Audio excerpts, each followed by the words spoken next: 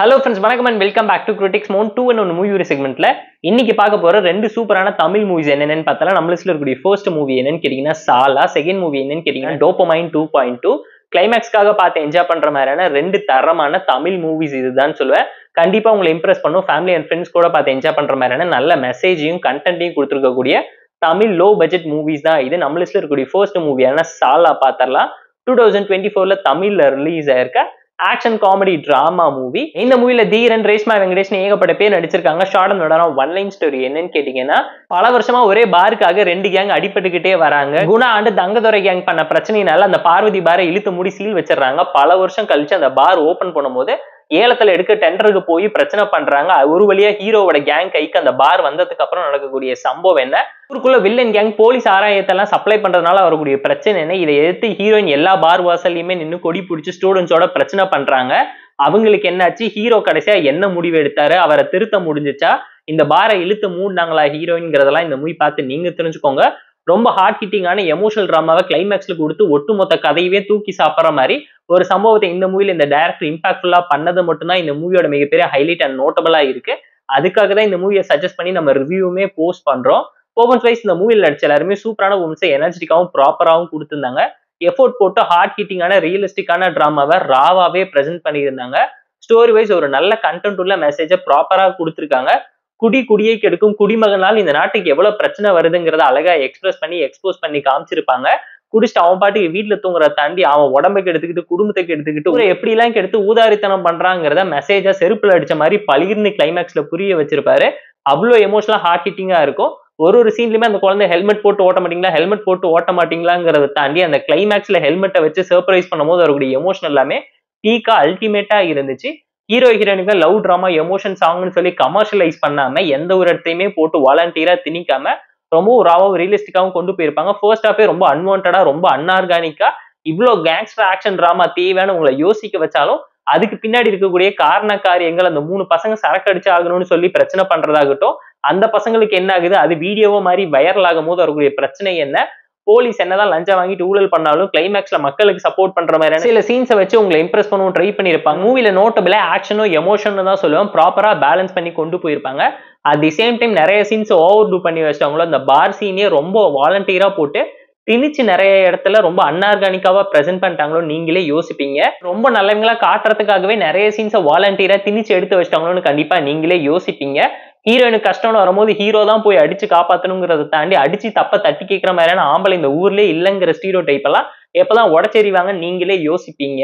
Over பில்டப்பையும் punch டைலாக மட்டும் ப்ராப்பரா avoid பண்ணியிருந்தா நல்லா கனெக்ட் ஆயிருந்திருக்கும் இந்த மூவி. இன்னுமே மூவில ஒரு சில ஃபிளாஸ் இருந்திருந்தாலும் ஃபேமிலி அண்ட் ஃப்ரெண்ட்ஸ் கூட பார்த்து என்ஜாய் பண்ற மாதிரியான நல்ல இம்பாக்ட்ஃபுல்லான மெசேஜை ட்ரெண்டுக்கு ஏற்ற மாதிரி சொசைட்டிக்கு நல்லாவே நச்சுன்னு ஆணித்தரமா கொடுத்துருக்கனால கிளைமேக்ஸ்க்காக பார்த்து என்ஜாய் பண்ற மாதிரியான ஒரு நல்ல தரமான தமிழ் மூவிங்கிறதுனால தான் நம்ம உங்களுக்கு சஜஸ்ட் பண்றோம்.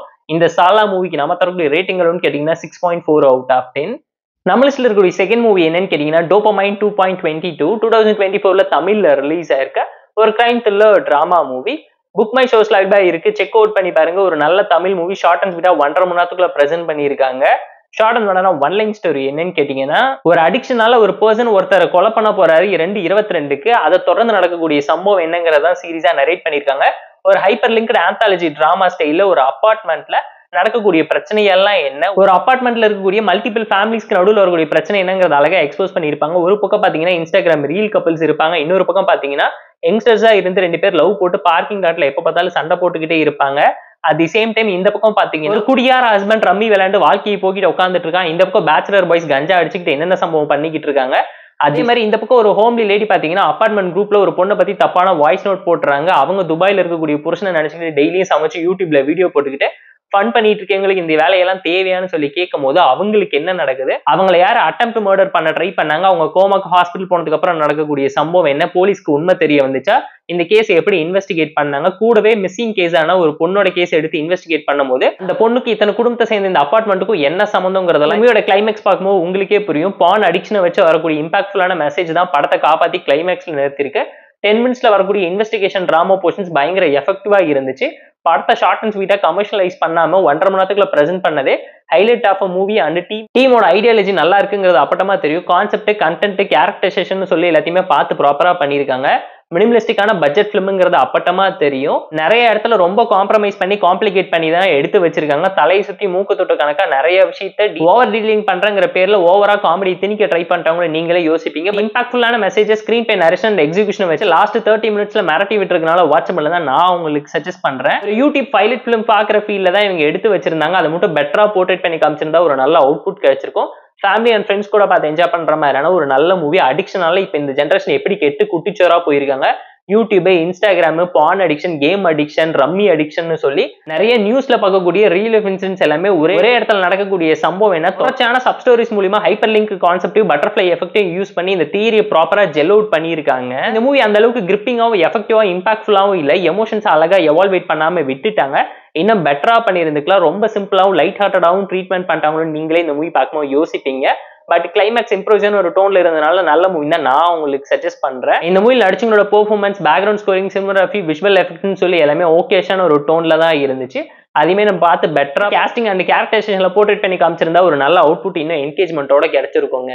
வாழை அண்ட் கொட்டுக்காளி மூவி ஸ்டைல தான் இந்த ரெண்டு மூவிஸுமே இம்ப்ரெசிவான ஒரு டோன்ல இருந்தனால வாட்சபிள்ல நான் உங்களுக்கு ரெக்கமெண்ட் பண்றேன். செக் அவுட் பண்ணி பாருங்க. இந்த டோபமைன் 2.22 மூவிக்கு நம்ம தரக்கூடிய ரேட்டிங் அளவுன்னு கேட்டீங்கன்னா 6.4 out of 10. இந்த வீடியோ பிடிச்சா லைக் பண்ணி, கமெண்ட் பண்ணி, ஷேர் பண்ணி, சப்ஸ்கிரைப் பண்ணி சப்போர்ட் பண்ணுங்க. இந்த வீடியோ பிடிக்கலாம் மறக்காம டிஸ்லைக் வச்சு கமெண்ட் பண்ணுங்க. நம்ம டெலிகிராம் சேனலுக்கு லிங்க் டிஸ்கிரிப்ஷன்ல இருக்கு. ஜாயின் பண்ணிக்கோங்க. டெய்லி அப்டேட்ஸ் உங்களுக்கு வந்துரும். Tata bye, see you and love you all.